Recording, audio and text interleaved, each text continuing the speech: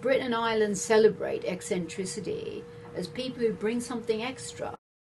I grew up in Mayfair, and I was fortunate due to my ancestors, I had access to the secret tunnels of Mayfair. You can go down the stairs at the back of Albany, Burlington Gardens, Mount Street Gardens, where all the spies used to take. My father was a spy in the Second World War and after. So I had all my father's stories and his ancestors' stories, and he had access through the keys to the underground world of Mayfair.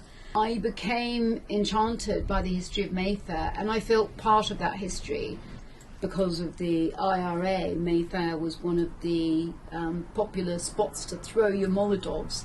So I went through all that tragedy. It's almost a different London, but it's certainly a different Mayfair. Well, I have Asperger's. I had no friends as a child. I was friendless and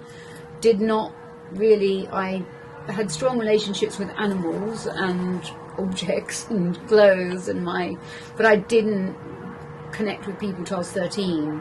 I wore what I wanted to wear. When I was very young, I think this helped me get through. I was an odd little girl. I would walk around in these Victorian dresses of my ancestors with the train. This is around Mayfair, with my white mice, which I'd rescued from the laboratory, white mice running all over me. And my mother used to always say to me, well, who'll be looking at you? People aren't thinking about you, they're thinking about other things in their lives.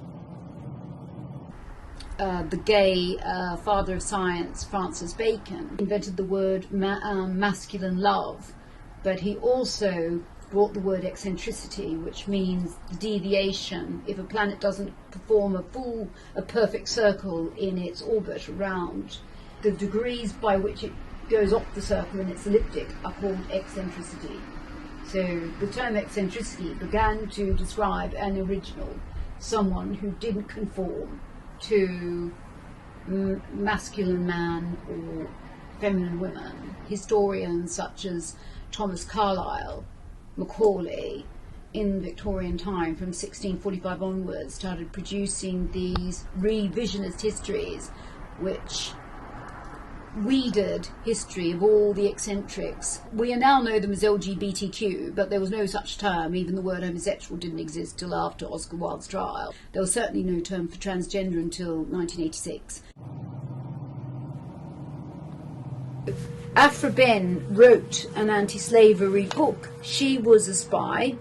Inadvertently, she's most famous as the playwright of the Restoration, and she translated Margaret Cavendish, the scientist's works, into Latin, because scientific works were published in Latin. She, when she was 19, went with her family under the name of Johnson, although she was born Aphra Amos. The family travelled, her father was a spy, secret agent. He died on the ship. She was 19, so it was agreed they'd make the journey. She was fluent in Dutch. She was fluent in French, the language of court. She was appalled by seeing slaves, and she befriended one of these slaves on her uncle's plantation. He was a king, an African king, and so she secured a cachet of arms and assisted him in leading a slave rebellion and provided him with transport with him and his people back to Africa. And she was so famous before she came back to England in 1664, after her work there, she was a household name across Europe for leading the slave rebellion.